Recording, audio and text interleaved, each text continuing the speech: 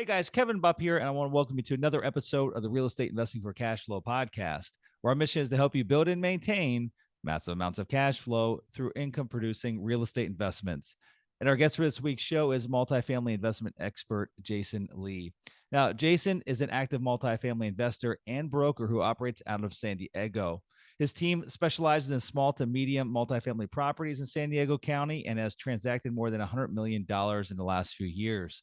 Aside from his brokerage activities, Jason has assembled his own cash flowing portfolio throughout San Diego County. In addition to his real estate ventures, Jason is also the host of the Multifamily Millionaire podcast. And so with that, guys, it's my honor to welcome our guest for today's show, Jason Lee. Jason, how you doing, my friend? I'm doing fantastic. Thanks for having me, Kevin. Yeah, excited to have you here. I know that I was just on your show not too long ago, had a great time there. And so looking to kind of pull back the curtains and lift up the hood of you and your business and exactly what you have going on out there in San Diego. And so maybe Jason, first and foremost, for those that are unaware of you or haven't heard of you or don't know your story, maybe take a few minutes, tell us a little bit more about yourself and ultimately what you're involved in. Yeah, definitely, Kevin. So I am in the multifamily space, like you said. I grew up in the Bay Area up near San Francisco and moved down here for school, went to San Diego State University. That's where I got my start in real estate by networking with just the people around me and joining the right groups and trying to get my name out there to see where I could land a job. And I ended up landing a job at a commercial real estate firm, a boutique one down here in San Diego. Had really good mentorship, learned the ropes from my mentor about how to buy and sell commercial real estate properties, how to learn the jargon, how to, act like a young guy in the industry who knows what he's talking about. So from there, I was there 3 years, had a good career there. And then I started my own brokerage about a year back and started buying properties about 2 years ago. And yeah, fast forward today, we've transacted a total of about 200 million in properties in the last, 4 or 5 years. And have purchased over $18 million worth of real estate since 2021. Okay, fantastic. I appreciate that. And I guess first question I would have is, what really was the catalyst, 3 years into your venture there at that first brokerage shop where you got mentored, had some great guidance, but what was really the catalyst to want you to go out and actually start your own thing? Yeah. I think it just comes down to people. I think I wanted to build a team and a good group of guys and girls around me that would make me enjoy the business more. I think Mhm. at the company I was at before, it was more kind of like I was kind of a lone ranger. I was kind of by myself in the last year there, just kind of doing things on my own, not a lot of camaraderie. And I wanted to build like a good company culture, start my own company and have the opportunity to mentor others myself. So that's been the best part about kind of starting my own brand and company.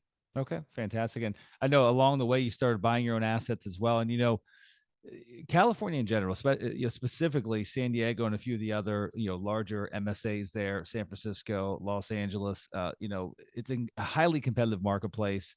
Lots of cash still flowing around there. I know the news will tell you that there's a massive net migration out of California, but you speak to anyone that lives in San Diego or Los Angeles or San Francisco, majority of them say that they absolutely love where they live and they wouldn't consider living anywhere else. And then a lot of those that actually live there keep their capital within the state. And so maybe speak to me a little bit about the types of multifamily properties that you guys specialize in, both on an investment side and also on a brokerage side. Just really, I know that they're small to medium size, but talk to me about just the kind of the target assets, the sub markets that they're in, and then ultimately, what does that profile buyer look like? Who is it that you're ultimately dealing with on the buy and sell side?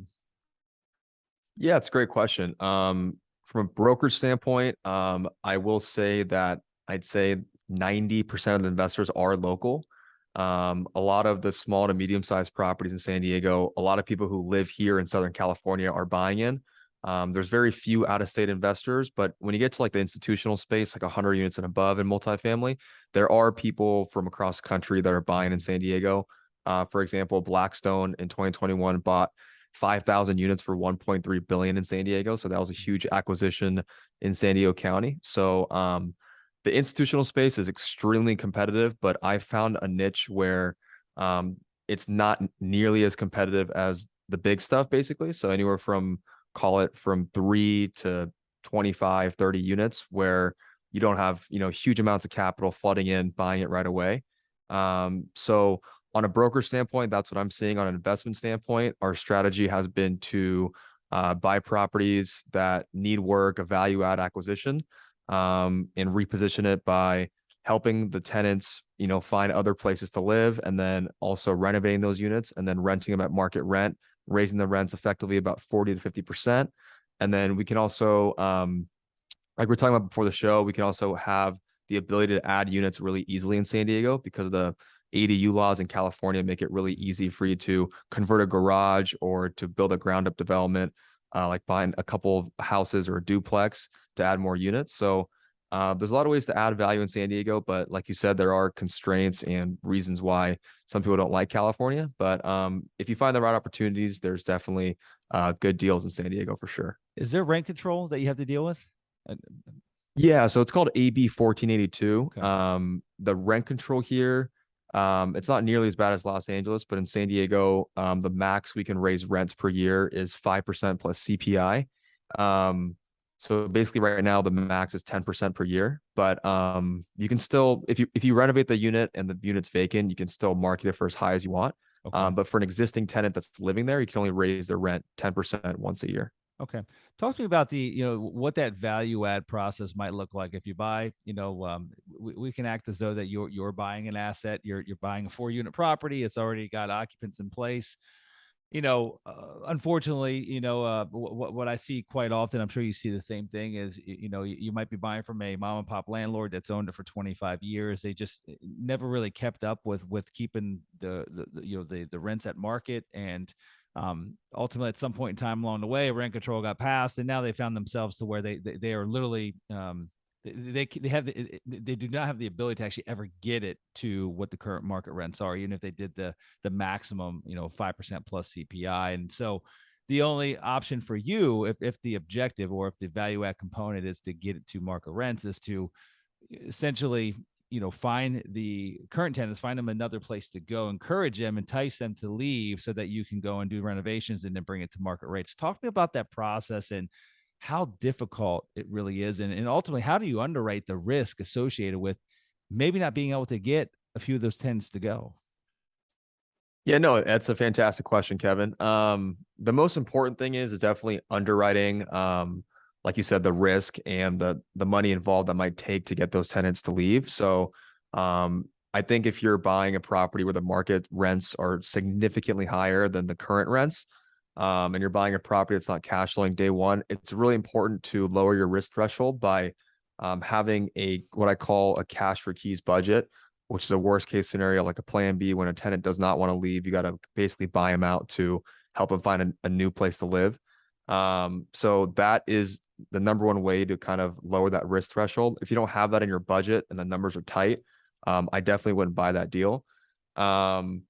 If What might that you, cost? Not to interrupt you, yeah, what might yeah, that yeah, cost? What would that budget look like? Because again, even if what you think is an egregious number could be $10,000 to buy them out of their lease, that still doesn't mean that's still not a guarantee that they're going to go, right? Like there's ultimately going to probably along the lines, there's going to be stubborn tenants that just they can't really see the cost benefit analysis. They can't really run that math in their head as to why they should just take that money and run. So they just might decide to stay where they've been for the last 10 or 15 years, right in your unit. So how do you work through yeah, that? yeah. The lowest I've seen is basically giving them 1 month's rent and they'll leave. And the highest I've seen that I've done, I've cleared about 40 units in the last 2 years, and I think the highest I've seen or my clients have seen was 8 grand. So I'd say 8 grand on the high side, and maybe $1,000 to 2,000 on the low side per unit Okay, got from it. personal experience. Okay, Uh, okay, sounds good. And you'd mentioned some other value add components there. Maybe speak to the ADU laws in San Diego County. I know they're, I believe, and correct me if I'm wrong, it's kind of municipality by municipality or county by county as it relates to the ADU laws. Is that correct? yeah, yeah, you're correct. Yeah, so like city of San Diego, and then there's call it I don't know, city of Los Angeles might have totally different they're not totally different, but like different rules and guidelines to how many you can have on a lot. What's cool about the city of San Diego is they're extremely lenient because San Diego knows that we have a really bad housing problem. There's not enough units for the amount of people that want to live here. So San Diego is really pushing these permits quick as possible to try to entice builders to add ADUs to lots to add more housing to the city. And guys, just in case you don't know what that acronym is accessory dwelling units. And Jason, what I love is maybe add some additional context there as to, maybe you can speak to even a specific opportunity that either you sold to a client of yours or that you bought personally, to where, maybe it started off as a 3 unit and you added an additional unit to it that ultimately wasn't factored into the original pro forma. Yeah, I'll just talk about a deal that'll kind of show that pretty well. So I bought a deal in San Diego. It was a duplex, and then it had a 3-bedroom, 2-bath house in the front and a studio house in the back. And it had 2 garages to the right side of the lot. So there was a single standing garage in the front and a single standing garage in the back. And I bought the property for 630,000. It was a low price as it was. It was in 2021. I renovated the house and the studio pretty quickly. And the property was cash flowing, but I bought the property where it was very ADU friendly in San Diego. And the permits took about 4.5 months to get through for my architect to getting passed by the city. And then the permits allowed us to start construction, and the construction took about another 6 months. So the process was 10 to 11 months, but I turned those 2 garages into a 2-bedroom, 1-bath unit, fully legal, and then a 1-bedroom, 1-bath unit in the front, and turned that two units into a fourplex, and that fourplex appraised for $2.1 million. Wow. So there was a lot of upside in the deal, and I was into the property for a total of 1.1 million. Wow. Wow. And so the entirety of the deal, you said the fourplex valued out at or appraised at, you said 2.2, but what's the entirety of the deal? Was that the entirety of the deal? Yeah, so the fourplex appraised for 2.1 million. Yeah. So that was the 2 units plus the 2 ADUs Oh, appraised for gotcha. 2.1. I gotcha. Yeah. Gotcha. Okay, Yeah. fantastic. And a lot of people will say that like you can't buy cash flowing real estate in California. Help me. You kind of just debunked that there, but maybe give me another example of why that's just not the case. Yeah. I mean, the thing is, in California, a lot of people know that the real estate is very valuable here. So if you're buying a 4 cap in San Diego versus a 7 cap in South Dakota, you're betting that the rents here are going to go up faster than they're going to go up in South Hmm. Dakota. So, hopefully you're making the right decision there, but I think you are if you're buying a 4 cap here versus a 7 cap in a bad location. That's not going to grow as much because the rents here are rising much faster than the submarkets that, might be a high return day one. But that being said, if you're buying an off market deal where you're not competing against a lot of people on the MLS or on LoopNet, if you know brokers that will send you deals before they hit the market, you can definitely find cash flowing deals day one in San Diego with upside to raise those rents. So if you're looking to buy in California, you definitely have to network with people who have good deals, because if you're only looking on the internet, you're not going to find a good deal in California. Are there any regulatory risks that have been spoken to? And I didn't do any research on this, so I don't know the answer. I really don't. But any regulatory risks that are kind of on the cusp to make that rent control even stricter than what it currently is, given the housing dilemma that we find ourselves in? Yeah. The one that comes to mind that already happened was the COVID-19 eviction moratorium. Hmm. So during COVID, when it first hit for about a year and a half, you weren't allowed to evict anyone because the government thought the California government laws didn't want people on the streets for not having a job. That's no longer a thing. I mean, if someone's not paying rent, you can now evict them. But for a year there, it was pretty crazy. But still, I mean, even though that law was absolutely a terrible law to make for landlords, the overall rent collections in San Diego were about 96%. So a very small percentage had to deal with that issue. But that's one that comes to mind. I don't see anything crazy like that on the horizon, but knowing the California laws here, it could very well happen. So. Yeah. Have you seen any slowdown just with the, volatility with interest rates? Has there been any slowdown on, days on the market on things that you're selling, or any type of price adjustments that have occurred? Yeah, it's a great question. 100%, Kevin. The interest rate volatility has definitely caused people to pull back, buyers and sellers. It's actually caused lower inventory, but also, a lower amount of buyers in the market, less buyers. So it's kind of kept the market pretty stable, but it definitely has lowered the volume. We haven't seen prices really fall that much at all, if any, but it's definitely caused the volume to slow down. We're kind of seeing it picking back up as rates have gone down a little bit, but a month or two ago, it was definitely pretty dang slow. Got it. Got it. So what's your forecast here for the coming year or two? I mean, as far as the market, and we could speak specifically to San Diego and San Diego County, 'cause that's where you specialize and spend most of your time. And as we know, every market's different than the next when it pertains to real estate. So, but what are you forecasting here for the coming years?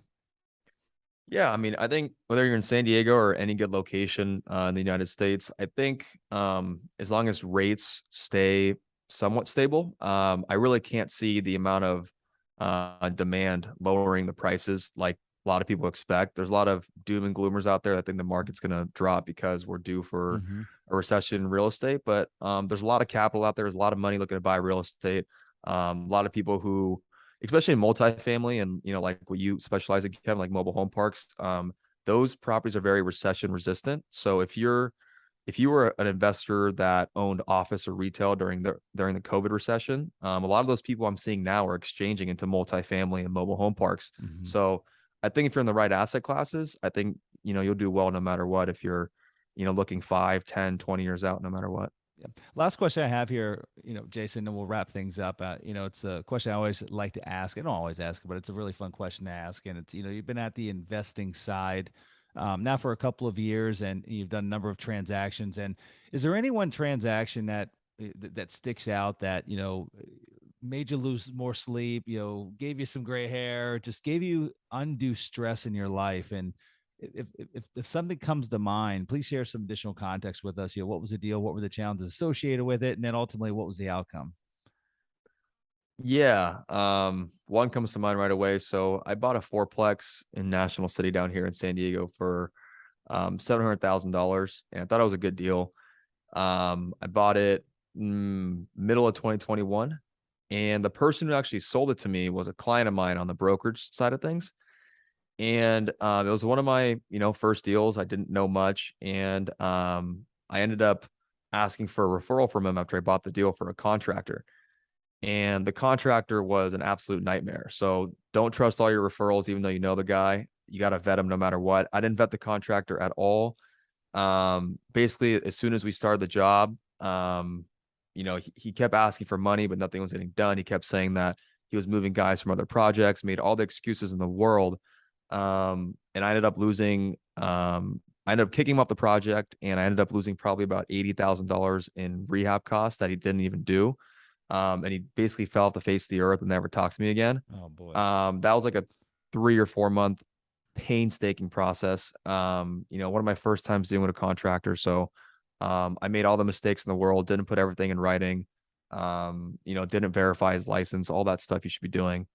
I'm selling that property right now, and it costed us an extra $100,000 to rehab it. So we're into it for like $1 million, and we're in contract to sell for $1,425,000. But that deal gave me, definitely made me lose sleep, a lot of headaches, and I had a partner on it. So I had to, my partner was asking me what's going on every single day. So yeah, that was a nightmare of a deal where I learned a lot. Well, that's unfortunate, but a lesson learned. So now moving forward, to summarize that you just basically do a much better job of vetting your contractors before you agree to work with them on a particular job. So no, that's and I think we've all that are listening here that have done dozens of transactions over the years have all had our headaches, even with well vetted contractors. It just I've had experiences where well vetted contractors have been in the business for 20 years, and then just something happens in their life, some type of event triggers them to just simply take a 180-degree shift and turn into a completely different person. And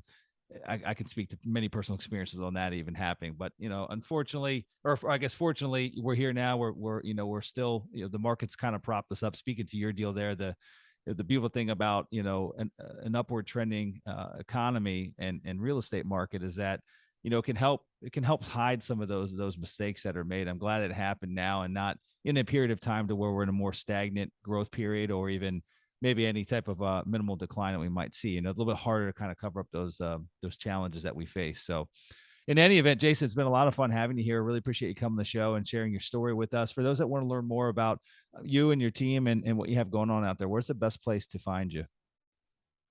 Yeah, best place to connect with me directly, is probably any of my social media, Instagram, YouTube, or anything. It's Jason Joseph Lee, my full name. But yeah, thanks so much for having me, Kevin. It was great being with you on here. Yeah, it's a pleasure, my friend. And guys, that's all we have for this week's show. And so until we meet again next week, this is your host, Kevin Bupp, wishing you huge success. Take care.